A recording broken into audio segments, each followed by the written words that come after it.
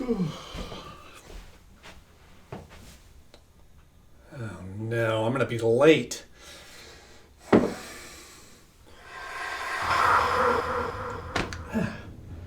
That's better.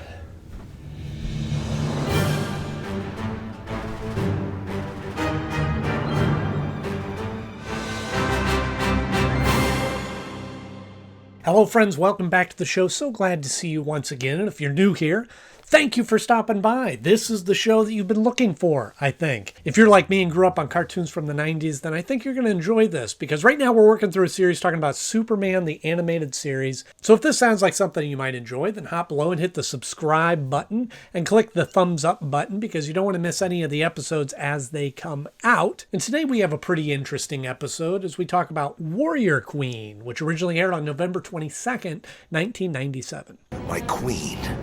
My mate. My foot! So I'm just going to say it outright. This is a really bizarre episode. I don't want to say it's bad. It's just very different than a lot of the other episodes that we've seen. And some of that's good, some of that's odd, some of it's forgettable. But we'll talk all about that right after our 60-second rundown of the episode. I'm going to give you a complete synopsis of the episode in 60 seconds or less. I haven't been doing so well at this, but I have a good feeling about this one. We start out on the planet Almerac, where a warrior queen is fighting a man and trying to find a worthy opponent to become her mate. And then one of her assistants says, "Oh, look at this guy on Earth. His name's Superman. He seems to be worthy." So she goes down to challenge him, and she finds him, and they fight, and he is a worthy opponent, which makes her even more in love with him.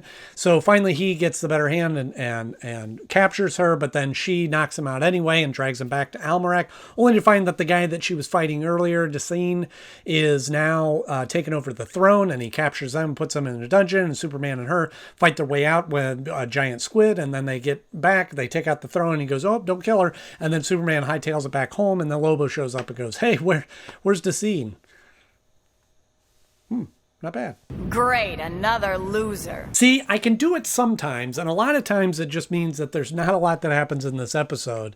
And I don't know if that's necessarily true of this one. It's just weird. I don't know. That this is one of those episodes that throughout watching it, I kept kind of going back and forth between whether I liked it or not. And it was just felt disjointed, and like I wasn't really connecting to all of it. And I kind of went back and forth, and like right from the beginning, starting out on this alien world was pretty cool. Again, that's the thing that we were able to get away with Superman, the animated series, versus Batman, is that we can be on different planets, and it's this very intergalactic style story. And I like that. The sci-fi fan in me really enjoyed that. And kind of the setup of this warrior queen having to fight somebody to find a worthy opponent to become her king or her spouse is kind of neat. At this rate, I'll die a maiden. And then honestly, the scene in the bathtub I thought was a little risque for a children's show. Although they were using that scene to kind of get through some important exposition, I was just sort of watching this wondering, why does this scene have to take place in a bathtub, and how did they get away with that? So it just took this hard shift where we went from, okay, it's cool, we're on an alien planet, now we're in a bathtub. All right.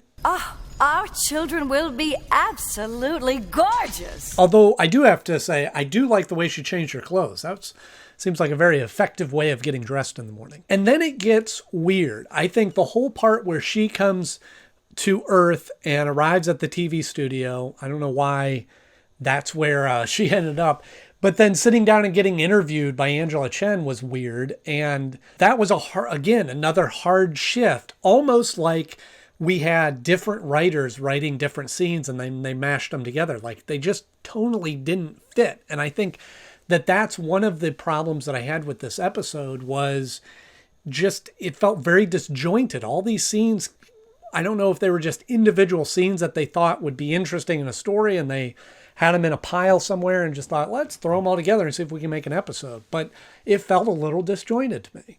And Superman's betrothed. Thank you. And then there was other parts of this story, certainly the Warrior Queen character, that reminded me of a Christmas Toy. I don't know how many of you remember that movie. I think it was a TV movie. think it was only an hour long, but we used to watch that all the time when I was growing up. I think it came out in the late 80s, and it actually was made by Jim Henson. All the characters in there are puppets, although there isn't any Muppet Sesame Street characters in that, other than Kermit does like a little introduction at the beginning. But anyway, there is a character in there, the warrior queen character, that is going to be the new Christmas toy. And this character reminds me a lot of her. Of course, in Christmas Toy, she wasn't looking for a mate and wasn't fighting a bunch of people, but she had a lot of those same characteristics. That's going to be really obscure. Probably most people have never heard of A Christmas Toy, but if you get a chance, it's pretty good. And I think was a bit of an influence to A Toy Story, because it's the idea of these toys coming to life when people aren't looking and all that kind of stuff. But anyway, watch it. It's a good movie. You're calling me Tiara a liar? No, I'm calling you a toy. And then yet again, we have another hard dynamic switch when she is falling in love with Superman, and he's kind of giving her this lecture of what marriage is all about. And you have that older couple that's spying in on them from above. And it was just like this scene didn't feel like it fit into this episode. And it was interesting, and Superman had some great insight into marriage, but why? I don't know. It just felt disconnected. Here on Earth, marriage isn't something you can command. Marriage is a willing partnership where husbands and wives share the decisions and sacrifices. And I think one of the other areas that this episode fell short in was the idea of world building. We established this new planet, Almanac. Well, this isn't Almanac. Almanac. Whatever. Correct me if I'm wrong, but I don't believe we've ever seen this planet in the show before. And I didn't get the impression that this was a planet that exists in the DC comic universe that they pulled from. I could be wrong, but it really felt underdeveloped.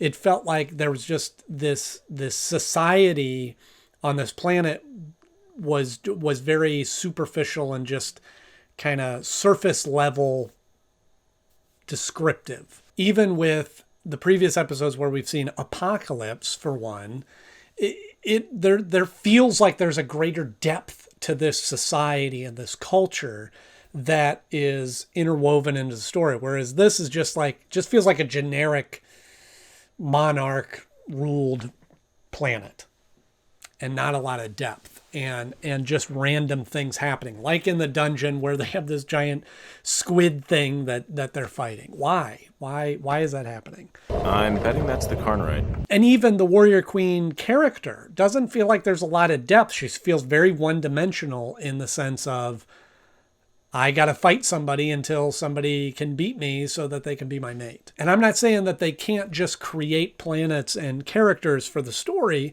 but it just felt like they needed to spend a little bit more time developing that, just so we had to have a sense of this deeper level of society. And even as I say that, I realize that I'm reading really far into it. Most kids won't. But as I watch it now, those are the things that I was missing in this that are influenced and that are a part of some of the other episodes. So it's not that they can't do it. It's just they didn't do it in this episode. Maxima? I don't kill him. But I do have to say that the best part of the whole episode, which was a great surprise, was the very end when Lobo crashes in. And that's exactly what I'm talking about. You've got Lobo, who is an established character, and there's a lot of depth there.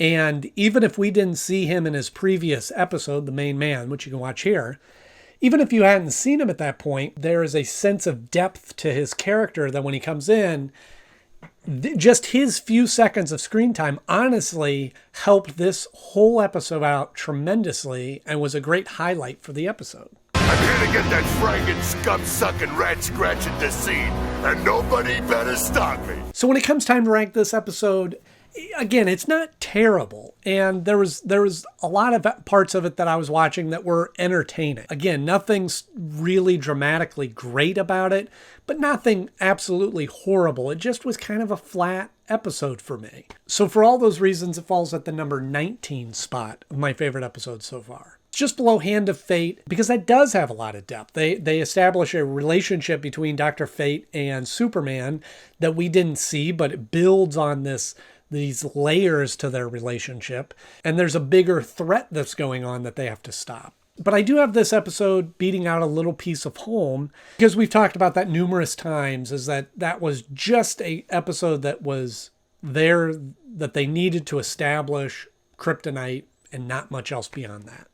It's a start. So let me know, am I wrong that this planet Almerac is an established planet, or was it created for the show, or is there more information about it that I'm not picking up on? Let me know in the comment section below. If you like this episode, please click the like, thumbs up button. That always helps me out tremendously. If you want to see more episodes like this, just hit subscribe, because I have new episodes coming out every Tuesday and Thursday. And next up, we have the two-parter Apocalypse Now! So you don't want to miss that. As always, thank you so much for watching. I'm Andy Knode. I'll see you soon.